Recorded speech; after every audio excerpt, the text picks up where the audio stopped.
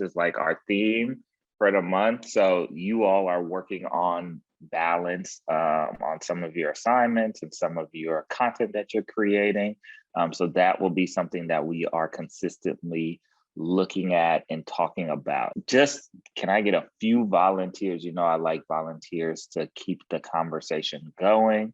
But can we get a few volunteers on what we talked about last time and what stood out to us last time? One of the biggest things that I definitely took away from last week's meeting was our trying to figure out your work-life balance and sort of creating a schedule to get that in tuned and just getting that set up for yourself so that you're able to consistently work throughout a week or throughout the day to just do things properly and have the time available for it.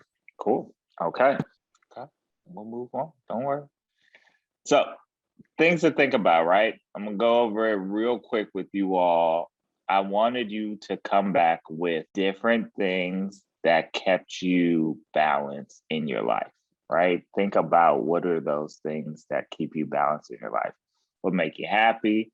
What are things that stand out? I know I do remember this one. We talked about gaming a little bit. That helped.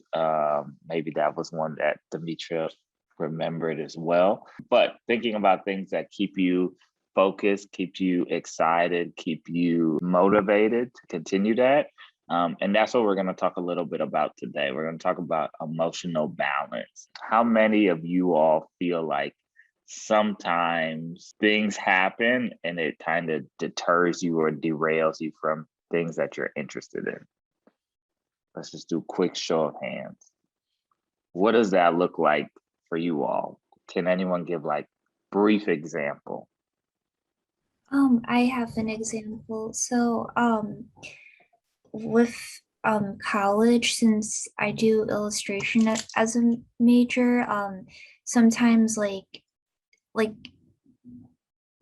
it's weird because it's like a cross between like what I want to do as a career, but it's also a hobby. And sometimes like if I'm doing a project that I have like no interest in, it can definitely feel like I have no motivation for it. Definitely. No, I completely understand that. I feel you on that stuff. Sometimes there's some client projects where it's like I don't feel motivated in there at all. I relate to that. Who else relates to that? Show of hands. Anyone? Motivation? Okay. Interest? Cool. Let's talk a little bit about how to bring both those worlds together, right? So I think one thing as a creative and as someone working in this space, you'll deal with a lot of times of trying to find motivation, right? And that can be really tough if you're not interested in the day. But one of the things that I've done, and not saying this will work for all of you, but you can start to figure out your own process on how to make that work. I know for me, when I think of emotional balance, I think of what affects me on a day to day and how do I let that affect me in my day to day. So sometimes that could be I was trying to go to Starbucks and they didn't have my drink that I was looking for, and that has thrown off my day, right? Or maybe that means someone said something to me and it took my mind to a completely different area. And I wasted 5-10 minutes thinking about that when I was trying to finish a project that's supposed to be done at 9:30 for you all, right? Those things happen to all of us on a natural day-to-day basis. But how do we stay focused is what I want us to talk about in that space, right? Because emotions are a real thing, right? Everybody knows emotions can be a real thing and it can deter you. It can make you happy. It can make you sad. It can lead to some depression or some depressive states of life. But it's based on sometimes us on how can we let the smaller things not deter you, and how can you identify what some of those smaller things are that do deter you, but you may not be so focused on it that you realize, oh, this is the reason why I'm actually not excited about this project. It's not the project, it's because of what I went through the first few hours of my day. Or sometimes it can be the project. And then you can say, you know what? What's a way that I can dig deeper and tie this back to something that I'm really interested in? So when we talk about focus, let's think about it, and I'll make it really simple for us because we all have a dream career we want to get to, right? Everyone has a dream career, correct? Right? We all have a dream career. Cool. So if my dream career is to be, let's just say, give me an example of their dream career. I just want to go off of the example so I can try to break this down. I see a smirk. Oh, go ahead. Go ahead, Maria. You was gonna say something. Because you already know. Um, well, I said this from the beginning. I would love to work for complex networks for sure. Cool. Doing what Joe LaPuma is doing. Okay, perfect. So if y'all don't know Joe LaPuma does the sneaker talks. He goes shopping with celebrities and talks about their life, which is actually one of my favorite things that was on Complex or that is still on Complex. So this is perfect. We're gonna go through a real life example and I'm gonna talk about Maria a little bit because we literally just went through this. So let's talk about emotional balance, right? Let's just say, you know what, she started off the internship and this internship kind of helped her, but also deterred her a little bit because there were some creative differences of understanding what she wanted to work on, right? So if she wants to work on complex, complex is where she's focused, right? So for all of you all, what is your dream career? That's what you're focused on obtaining and going after. Now, the things that happen in your day to day are the things that will affect it emotionally. So let's say you get some feedback on something that you created in the internship, but you still want to be focused on your dream career. Based on that feedback, one thing that happens sometimes with feedback is we take it personally, right? Especially at the beginning stages of it. That's a space where we can understand it and ask some of those questions to say, hey, am I taking this feedback personally because I'm so invested into this idea, or am I taking this feedback personally because, I think what they've said is kind of offensive to who I am as a person, right? So is it focused on the idea or is it focused on me as a person? Those are two things that you always want to understand, especially from a creative standpoint.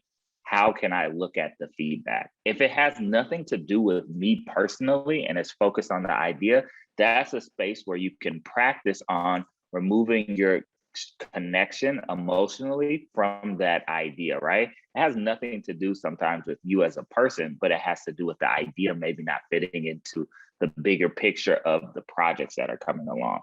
So what you can do in that instance is ask questions, right? You can ask questions to say, hey, can you let me know why this doesn't fit into the bigger scheme of things? This was my understanding of it, of the project that you assigned to me, and you're telling me it doesn't fit, but I feel like it does fit. That's where you have a dialogue and you have an understanding of how to move forward in that. Does that all make sense to everyone? So that's the first part of it, is kind of detaching sometimes your understanding of, does it have to do with me or does it have to do with the specific idea? If it has to do with you, that's another conversation that maybe you have on the side, right? Maybe that's not a group conversation, but that's a conversation to say, you know what? Hey, Mo, and we'll just use me as an example. Hey, Mo, I feel like you offended me in this space because of your feedback, and it had nothing to do with the project idea, but it had to do with who I am as a person, right? That's the dialogue that you should be able to have. It's going to be a little uncomfortable, but it's good for you all to have that because maybe the person didn't mean it that way. And maybe the person also might have had a bad day and they're bringing in their frustration into the group setting, which they should not be doing. But sometimes we're all humans, that can naturally happen. So those are things to think about. The other thing I want us to think about is, what happens when you come to someone, and we talked about what keeps you upright, right? So maybe it's a family member, maybe it's a friend, maybe it's a person that you really admire, maybe it's a mentor. What happens when you give them your idea of, hey, you know what? I really want to work at Complex, and they kind of tear that down, right? For you, that emotionally affects you, right? And that makes you not feel the best about that idea. And that can be very hard. And those emotions are real. And there's a complete understanding of that. But what can we do is we can help to understand us individually, right? So one thing we talked about last week was always tying it back to, who you are as a person and what you want to accomplish.